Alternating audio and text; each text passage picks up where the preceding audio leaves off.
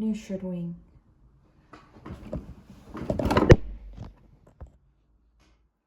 It is a legend that struck fear into hearts of countless gullible tourists in Australia.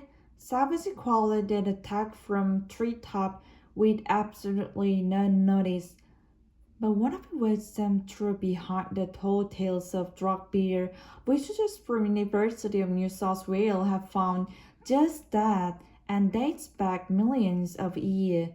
Mike Arches, a professor with the Pandas Research Centre in USW Sydney, co-authored a prehistoric Australasian. He joined me now from Sydney. Get a drop beer, okay? Let's set the groundwork here. What are we actually talking about? Nate, I'm afraid I'm gonna have to tell you that myth has sort of come back to life, If you think really million years ago, the living things in Australia constitutes life. Man, there was not a time when you wanted to sort of use a time machine to visit Australia. So, we are looking at marsh periods, obviously. I think some people might have heard about like first eating kangaroos and giant wombat, but this is what sort of koala that actually dropped out of a tree. It's probably distantly related to koala among living animals, but it was very different. It was 70 kilo. You're talking about seriously large animal here. We originally thought they are running around the ground in the forest until Karen Black, doing their PhD, starts working on whole skeletons where they get to reversely see the original masculinity, and she discovered, to our stunned surprise, these things were not around the ground, they were upside down in a tree over your head. So, and occasionally, they made a little mistake. Some of them would just drop, lose their grip, and drop down, have then reached the land of some of the animals down there, including weird other kind of animals. But for us, the lucky bit was that occasionally there were caves in the floor of this ancient rainforest, and they fell straight into this cave, could get out, and ultimately became part of the fossil deposit. That's where we found them. Wow, so essentially my superior slob, I guess. Yeah, or some bears, that has shoes, clothes. I mean, this is not something, even if maybe it's kind of planned. You didn't want to grow up with one of these things, it could tear you apart, much like bears can today. But, we are still trying to figure out what they are actually eating up in those trees. And that's another mystery we are trying to solve. Now, what other animals were they dealing with? Because I understand there are also something about a drug crop. Yes, there was. I mean, all these things that used to be joked are sort of coming to life again in the fossil records from Riversley. Yeah, before we started having large guanees sort of covering around a tree, crocodiles were doing that.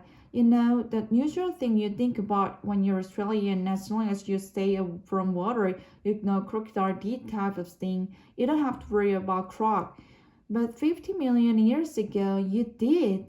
The crocs were behind you in the forest, ready to jump on you while you're staring in the water. And once didn't get you that way, were ready to drop out of the tree. They were crocodiles and actually kind of trees, a bit like leopards jumping out of their prey. So yeah, this were incredibly weird time to be in Australia, I can tell you. What happens to all these animals? I mean, they were choose. So obviously there were some pressures on being out of get food to keep them alive, but it sounds like top predator kind of stuff rather than something they'll be easily endangered. Yeah, you're quite right.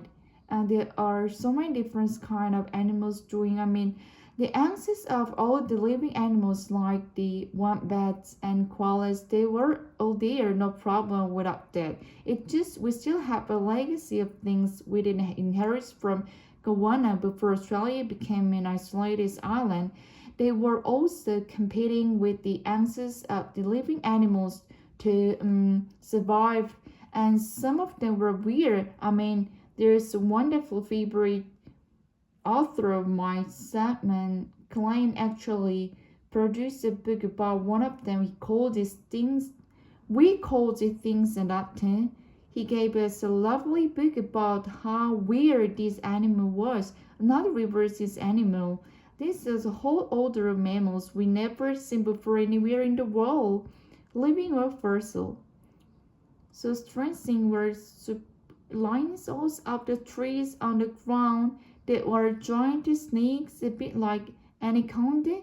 They probably were in the water. You still have to worry about looking at the pool in this rainforest.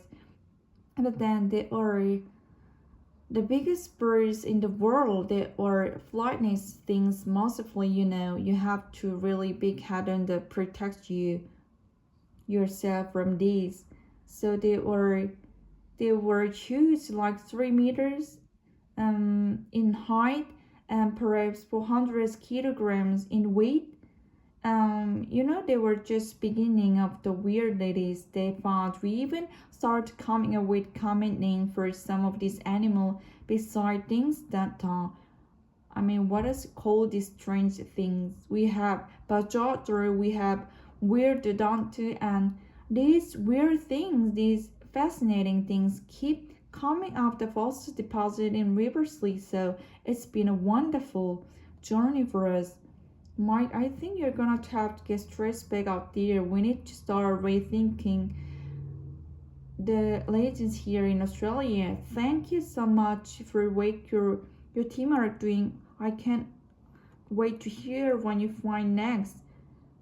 Thank you for promoting so much science on ABCD. What more? It is an origin that struck fear into hearts of countless gullible tourists in Australia. Savage koalas that attack from the treetop with absolutely no notice. But what if it was some trees behind the tall tales of drop bear, which is from University of New South Wales have found just that and date back millions of years. Mark Archer is a professor with Panges Research Center at USSW Sydney, co-author of Prehistoric Australasian, and join me now from Sydney. Get it? Drop beer. Okay, let's set the groundwork here. What are we actually talking about? Nate, I'm afraid it's gonna have to tell you that myth has sort of come back to life, sort of alive.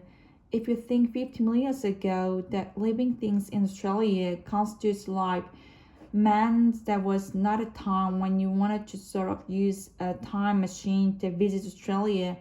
So we're looking at most purely, obviously. I think some people might have to heard about like flesh-eating kangaroo and giant wombat, but this is what sort of koala that actually dropped out of a tree.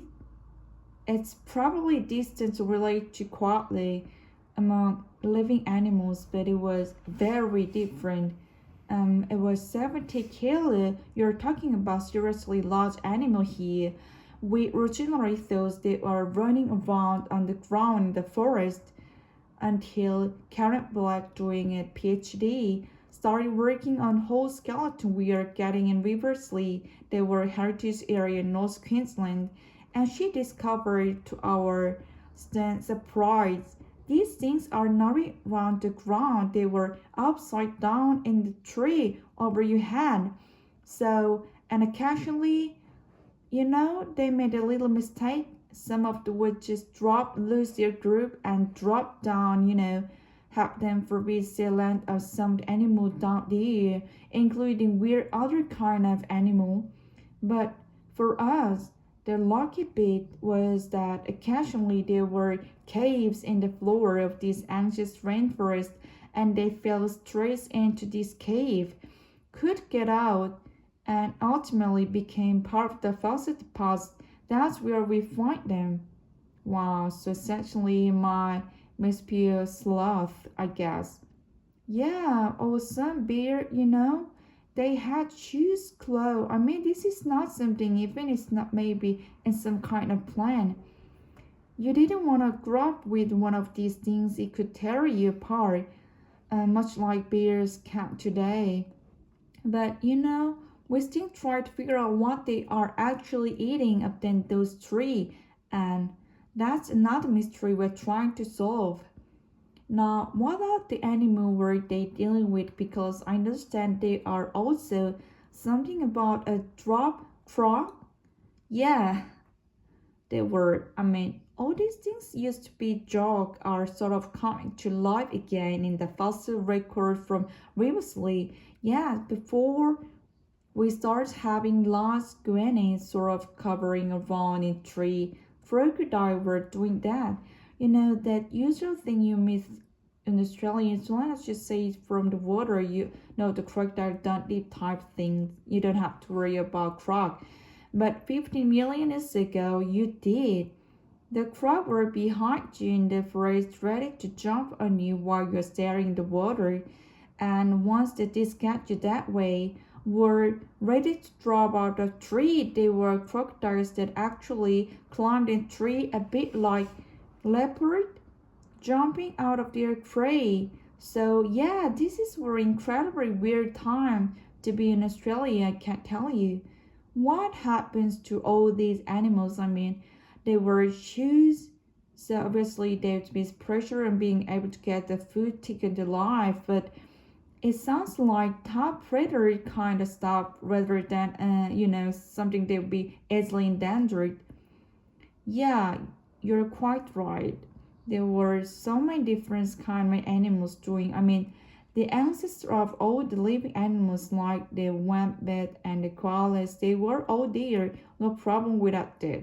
It's just we still have a legacy of things we are inherited from Koana, from Australia became an isolated island, and they were also competing with the ancestor of the living animals to survive.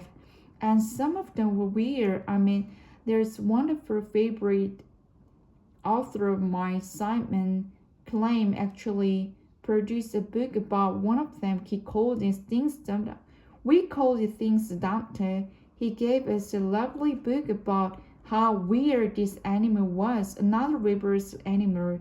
This is whole order of mammals we never seen before anywhere in the world, living or a fossil. So strange things were lions also of the tree and of the ground. They were giant snakes, a bit like anacondas. They probably were in the water, so you still have to worry about looking into the pool, this rainforest. But that they were the biggest birds in the world. They were flightless things mercilessly. You have to read big hat on to protect yourself from these. So they are shoes like 3 meters and in height and perhaps 400 kilograms in weight. Just beginning of the weirdity that we found, we even start coming at the common names for some of these animal beside the thing about it. I mean, what else you could call these strange things? We have bajar dante, we have weird dante, and these weird things, these fascinating things keep coming off the fossil deposit and reversely. So it's been a wonderful journey for us. Mike, I think you're gonna have to get stressed back out there. We need to start rethinking the lessons here in Australia. Thank you so much for what you need team are doing, and I can't wait to hear you find next. It's a pleasure, Nate, and thank you for promoting so much science on the ABC. I love you.